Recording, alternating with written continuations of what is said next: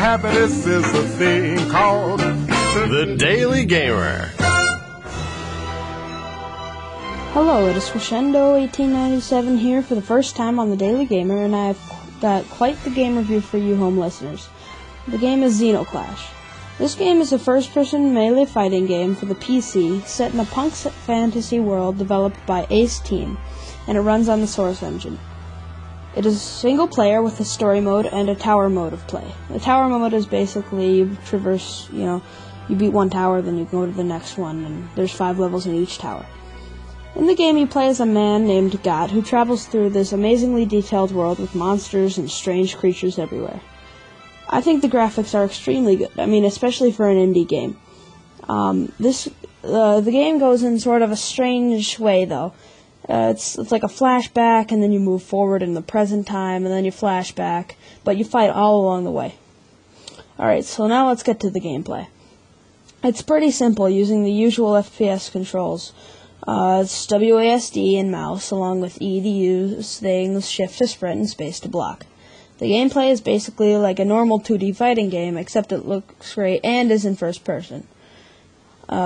You punch, kick, grab, and throw your enemies, along with using a couple weapons like fish guns, which are basically dual pistols, a skull crossbow, which is just a crossbow, and skull bombs, which are, grenades, along with a few other ones like a hammer, a sword, clump type things.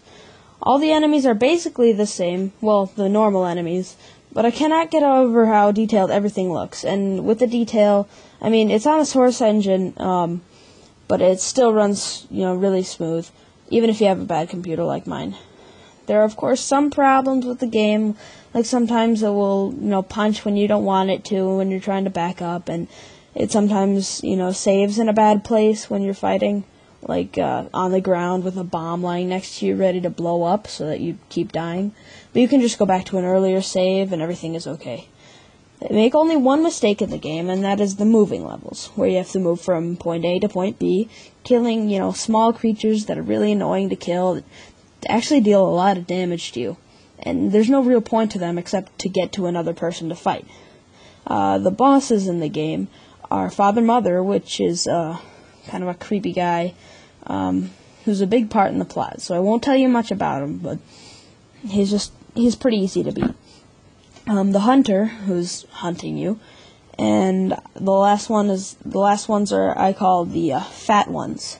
I call them the fat ones because there's just different kinds of them, but you face them all a couple times.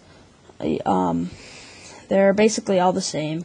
They're slow guys that slump around, but then they run at you, and then backslap you, and then you get knocked down, and, the game's very immersive. You feel like you're that guy. I'm sure this would be very good on, like, a big computer.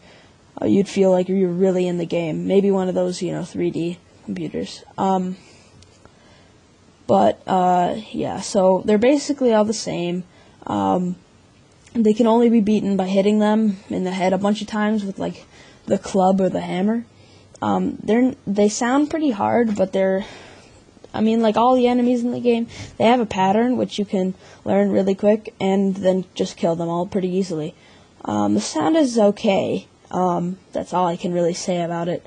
The background music is good, but repetitive, and the voice acting is just weird. The main voice actor for your character, Got, always sounds like he's got a really sore throat. I'm not really sure, but he always is sounding like in that, the Dark Knight Batman voice all the time, and I don't really know why. It doesn't seem very natural. And the lady, your lady friend, I'm not sure if she's like your sister. It sounds really fake. She sounds really like she's reading something. She doesn't sound real at all. Other than that, I don't really have any complaints. The background music, it's not as immersive as you'd like. And there are a couple issues, just like with facing some bosses. You might just with some of them, it's just really easy to. There's just a glitch that I'm guessing they didn't really see in in beta testing or anything. But overall, this game is really worth the money at only $20. And in Gary's mod, they put in the downloadable content. If you have the game, you can pose the characters, and you get a couple new items to play around with. So if you like fighting games and first-person shooters, then I think you would enjoy this game. If you don't really like those genres, though, I think I'd want to stay away.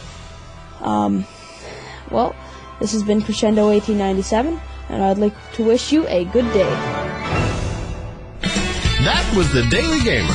Tune in tomorrow for something new.